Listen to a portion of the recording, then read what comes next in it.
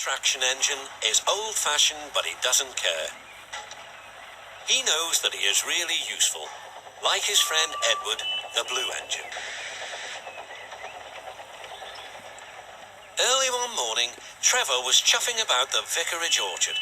He had important news for Edward. The vicar says that not all children are able to have holidays by the sea, so he's having a garden party to raise money for a seaside trip. "I'm going to be the star attraction," chattered Trevor, "giving rides to all the visitors. The vicar is putting up posters all about it." "I'd like to help too," sighed Edward, "but without my rails, I wouldn't be much good at a garden party."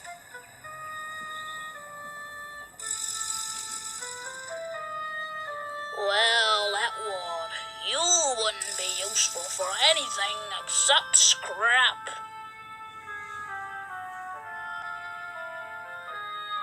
"Well, not for much. You wouldn't be exciting as a special attraction." It was a beautiful day, but Edward was worried. "I wish there was something I could do for the party," he said. "I'd like to be helpful like Trevor." Trevor the traction engine. Edward steamed said, "I'd like to be helpful like Trevor." Edward's driver laughed. "You're helpful in your own way, and that's on the railway." Next day, it was Trevor's turn to look disappointed. He had bad news. The vicar's been so busy that he forgot to put up the posters. Now no one will know about the party. But Edward had an idea. "Don't worry," he said. "Everything is going to be all right." Then he explained to his driver. "The vicar can paste his posters on my cabin coaches, so wherever I go, they'll go too." "Well done, Edward," said his driver. "I'm sure the fat controller will agree."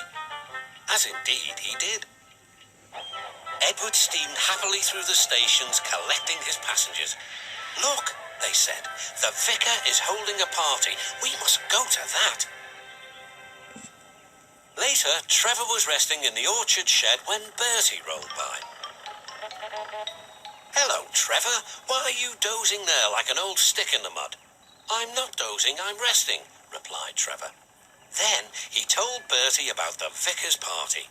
"I'll be there too," boasted Bertie. "I'm not sure people will want to ride on an old traction engine after travelling in a smart red bus like me."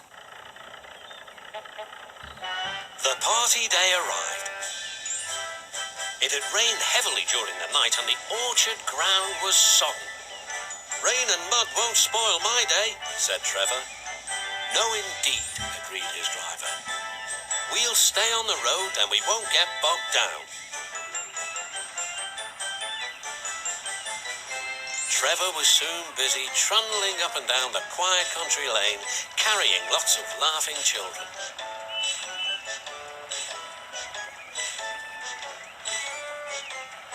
He was just turning a corner when he heard Bertie. "Hello, old-timer.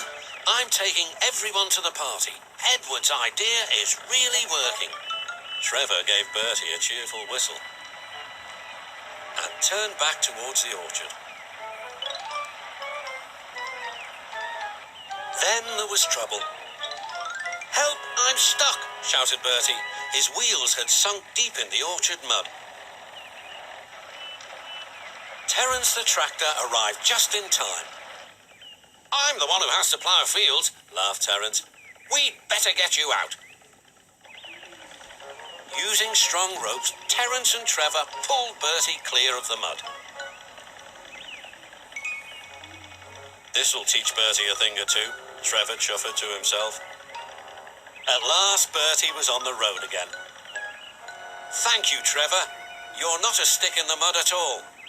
"No," smiled Trevor, "but you were, just for a little while."